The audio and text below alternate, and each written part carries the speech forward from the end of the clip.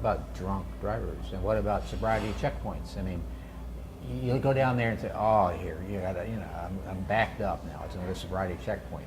And people tend to say, well, that's just a bunch of harassment. But well, what's the other side of a sobriety checkpoint?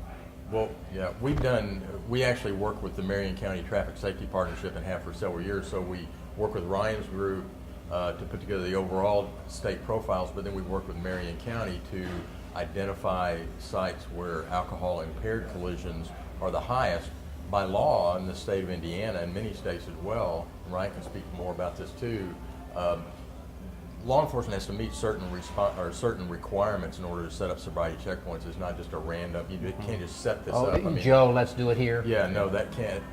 There's 5 or 6 guidelines that go back to a case. It was Gershofer case, and it's actually nationally sort of a landmark case that set some of these standards. So one of the standards for sobriety checkpoints is it has to be where you think alcohol-impaired collisions are going to take place. Evidence? Right, so it has to be a data-driven selection process. So we provided this kind of information to the Marion County Traffic Safety Partnership to help them set up sobriety checkpoints. And then 2 final points is research shows consistently that sobriety checkpoints will have a dampening effect. They'll reduce the incidence of impaired collisions. Sometimes they put it in the paper. They area. put the address where they're going to do it in the paper. That's one of the requirements, actually. They have to make a notice that let people know. And Ryan can talk a little bit about, I think, the theory of deterrence that's involved in it. Yeah, they call it high visibility enforcement. So when you see an officer on the side of the road Lights with a going car, on, yeah. I mean, what do you think when you see someone pulled over on the side of the road? Uh-oh, they screwed up. Yeah,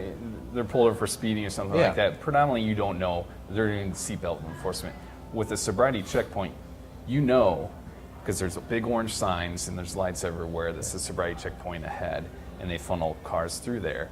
And A few beer cans go out the side of the car. Oh, yeah, may happen. But if you go through a sobriety checkpoint, say tonight, you'll go to work tomorrow, and that's a water cooler comment, and you'll say, "Hey, I went to the sobriety checkpoint last night. It was really kind of interesting what they did." And then somebody say, "Where was that?" Yeah, exactly. But that's part of the education component. Let people know that law enforcement is serious about addressing impaired driving in our state. So that's the education component, and then you follow up with the enforcement component. But again, the word of mouth is very powerful. You'll go home, you'll tell your family about it.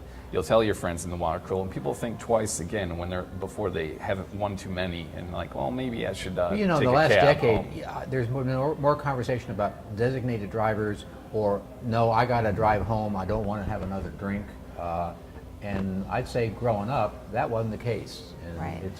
it's an attitude change. Yeah. Absolutely, and Sam and Donna's team have identified that those individuals who drive impaired and kill somebody on our roadways or themselves, usually they've been busted for DUI a couple of times before, and it's usually not the first time offender. Right. When you look at their driver history, it's not like they made a bad choice one night. It's like usually those are the hardcore drunk drivers that we always need to address. They've been arrested for a DUI 2 or 3 times, and then they're ultimately involved in a fatal crash that kills either themselves or other people. Well, the point you're making is that, that person may lose a life, but what about the family that's around there, and their lives are changed forever by that kind of thing? It's sad. It's sad.